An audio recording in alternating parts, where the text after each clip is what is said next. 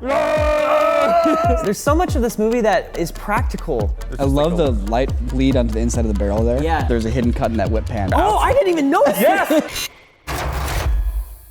Hi everyone, welcome back to another episode of Visual Effects Artists React. We have some great clips for you today, and the jankiest CG from the 90s you've ever seen that big Hollywood actors were in. Well, you know, sometimes I just feel like 90s movies get a bad rap because, you know, it's like making fun of cavemen for not figuring out fire soon enough. You know, I'm just like, oh, Scorpion King. That was in the 2000s though. Oh, okay, still sucks then. Dad? Oh, it's Clint. Dad? The ground looks great, like the environments look great. It's like the unsung heroes of these shots is everything that's not the lion. Especially when you realize that everything is 100% generated. Except for that first opening shot, it's of the sun rising. They're clearly trying to make it look like it's live action. In no way is there anything cartoony about this. When you're looking at a live action lion, you can't have the emotions that you would get out of a cartoon character. And that's actually a big complaint a lot of people have. All right, let me see what we're dealing with here.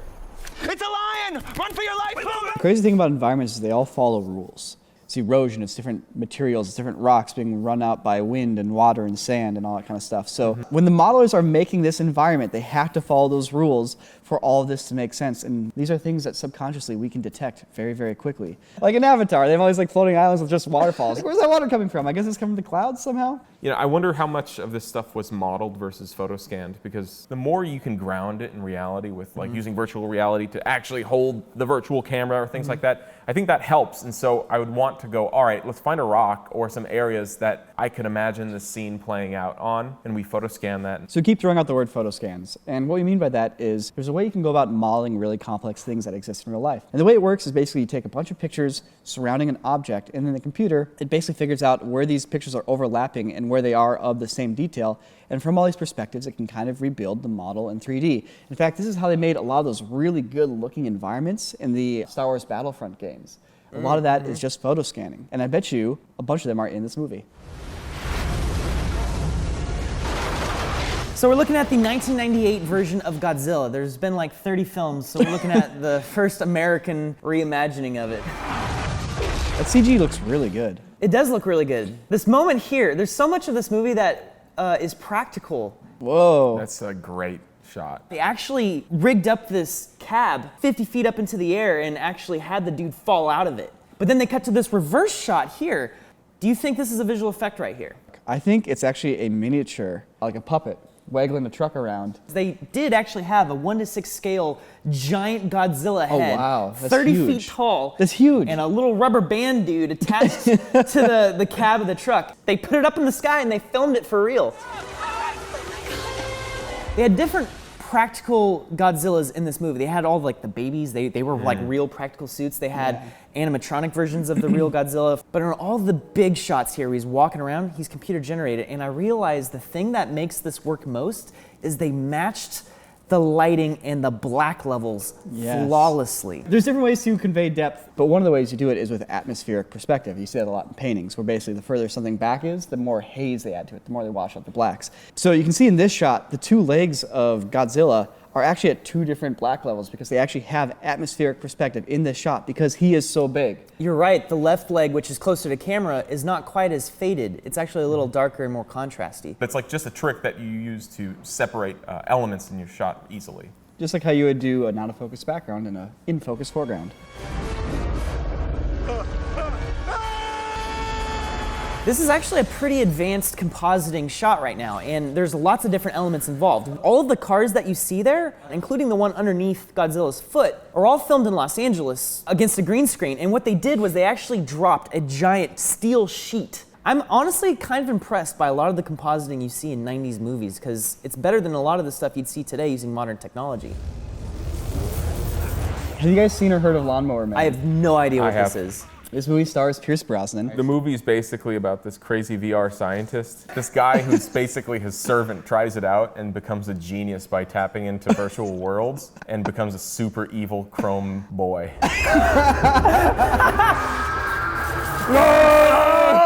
You know, They got pretty expressive faces, though. I was actually going to say the same thing. There's a lot of emotions going on with that CG face. Yeah. There's no skin like stretch. It's just individual objects rotating and clipping with each other. Would you say that they didn't stretch the pores, Niko? I would say, actually, no, looking at his face, they definitely stretched the pores. Look at that.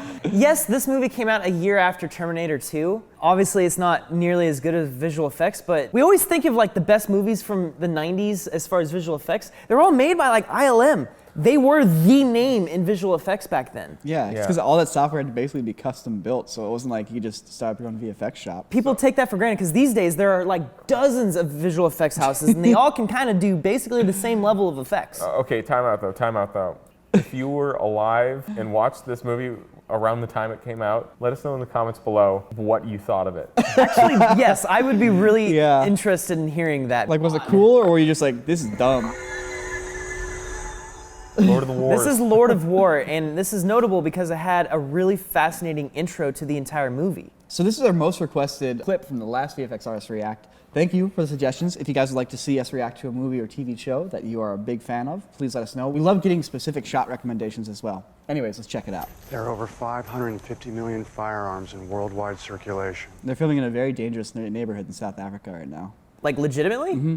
Like, the production was like, we shouldn't film there, and the director's like, I want to. And Nicolas Cage was like, hell yeah. Yeah. This is my favorite part. The camera's like attached to the bullet. You think they actually had a camera in a box for that? For like the guy to open up and get the lighting? Yeah. Oh, now we're looking down the barrel. Slightly over the bullet. I love the light bleed onto the inside of the barrel there. Yeah. Look at this terrorist aiming his gun at his friends. Ooh. And Whoops. point made. So this opening sequence, it's one of the best movie openers I've ever seen. It's so thematically on point, it kind of ruins the rest of the movie. The thing is, they actually filmed it after they filmed the whole movie, and they had no budget. So they basically had to make this for nothing. Really? Yep. Wow. Whoa. It's one of those like genius setups where like the way they prevised it and the way they planned it let them go and execute this on a low budget. Okay. So I want to talk about some of the tricks that they did and some of the ways they approach this with simple techniques to make it super effective. Yeah, I want to hear this. Bring it on. All right. So this is all shot in 35mm film. So there's no digital cameras here. All the cameras are huge with actual film reels moving. So when you go into tiny spaces, it poses a problem. As we move into the machine here, we move into CG land and we do a transition. This is the David Fincher look, going through the coffee cup. So now we fall on a conveyor belt, and the conveyor belt and the bullets are all CG. And this actually isn't a motion control rig. It's just the DP pushing the camera down a dolly. Hell yeah. So then the finger's grabbing this. It's an element filmed up close, like on a green screen.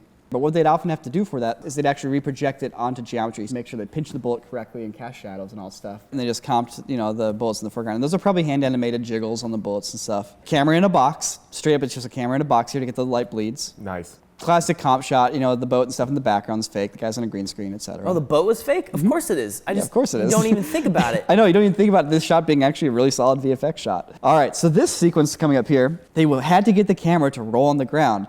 But as I mentioned, it's a 35mm camera. It can't actually get that low to the ground. They just get the camera as low as they could. They don't roll it, they just slide it along. Oh, so the rolling is done in editing. Yes. They just rotated the video clip. But they took that ground plane, reprojected it onto geometry, and then lowered the virtual camera even lower to the ground to let them get close to the ground. But they pick up the bullet here, pause it. So that's a real finger, filmed close looks up. real. But they needed him to load it into the magazine, so they reprojected these fingers basically onto hot dog shaped geometry so they could warp the fingers to make it do the action of pushing the bullet into the gun. Honestly, in motion, it looks pretty natural. It does. But you definitely see a little bit of weird warping on the tip of the finger right here at the end. It's a great way to get around a little challenging moment to stitch all these shots together. And that basically takes us to the end. So relatively simple CG, good camera work, good stitching, and good thematic storytelling to make an awesome intro. Anyone know if there's a hotel around here? Ooh, Children of Men. What an incredible movie this was. It's a good-ass movie. Well, this scene in particular is really great because it never cuts. Go, we're gonna make it. Come on. How is this camera moving? Wasn't there just somebody in that seat and the camera just moved right through them? This whole thing is filmed on a very custom car rig, which is why they're getting these shots here. This is not green screen. They basically have a camera that's installed on the roof of the car that's freely moving on a mechanical system. So the roof is CG the entire Exactly. time. The actors, they have to keep popping their chairs down while the camera then moves over to where they are. So imagine you're doing a scene where like the love of your life is dying and then you have to go boop and like recline your seat really quick and just be quiet for a moment while the camera moves into spot. Pop your scene up, turn it all back on, back into the scene, back into acting. So hard to do. Like, that's true professional acting right there. Who's driving the car? Normally when you have a car like this and you have to have a driver, the car's on a trailer of some sort and someone else is driving the trailer. But we look through the front of the car and through the back, and there's no trailer. The car has an extended like seating area basically right in front of the front bumper, where you guys just look down really low with a tiny steering wheel. You can't see them. When you're shooting a giant sequence like this, the probability of you hiding cuts is super high. I watched through this scene and I've got my estimated hidden cut points. 100% there's a hidden cut in that whip pan. She gets shot, whip pan, cut, new shot. We're out of the blood on the lens. Yes. We're just straight up into a new shot here. Clive Owen and all of them have blood on their clothes. That's all been dressed. That's not from just a squib randomly going off. They are all now in new costumes. So here then, keep playing this. So we're on the single lane forest road right now, correct? So like the glass shatter, that is a really clear transition point because there's no characters in it. I'm curious to see what happens to the road. See, now suddenly, now there's markings on the road. Whoa! The one at the end is definitely a hidden cut. It's just like a flawless camera transition. I don't remember how this goes. Oh, snap! And now we're handheld. And we're off the rig.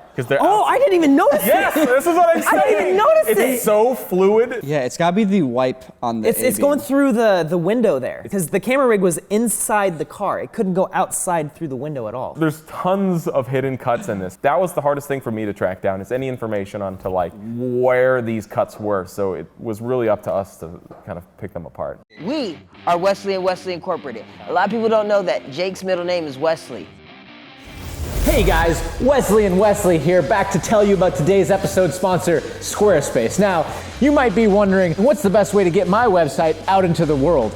Well, tell them, Wes. You gotta log on to squarespace.com. We just know that if you don't use Squarespace, you're probably going to be found guilty of a crime. Squarespace's beautiful award-winning templates are 100% legal, and you'll never get into trouble using them. Now, in addition to these beautiful designer templates and 24/7 award-winning customer service, they also allow simultaneous posting. Wow. So if you post something on Facebook and Twitter, Let me guess. It'll go to the other websites as well. that's right. So all you got to do is post it once on your Squarespace, and it'll automatically format to those other platforms. This is amazing. Wes, tell them about Traffic Overview. I'd love to tell you about Traffic Overview. The thing about Traffic Overview is You can look at all the data that Squarespace provides. You can overview the traffic that comes to your site. Oh, yeah. And figure out, hey, this person came from this place and this person came from that place. If you're one of the many businesses out there in the world who's got one person doing graphic design and one person doing a bunch of other stuff on your website, Squarespace allows you to have multiple contributors contribute to your website. So if you guys are interested in maximizing your potential, head on over to squarespace.com/corridorcrew and get 10% off your first purchase. That's right, Wesley and Wesley Incorporated. Out. Thanks for watching, everybody. Please consider subscribing to the channel if you have not already. We have so many good videos coming down the line. Oh, you know what's happening finally? Lord of the Rings versus The Hobbit. That's gonna be our Christmas treat for you. Also, we're doing a Star Wars special, the original Star Wars, the ones that defined modern visual effects. And we've been doing a lot of research. It's crazy what they did. So I can't wait to tell you all about it. So subscribe so you don't miss it.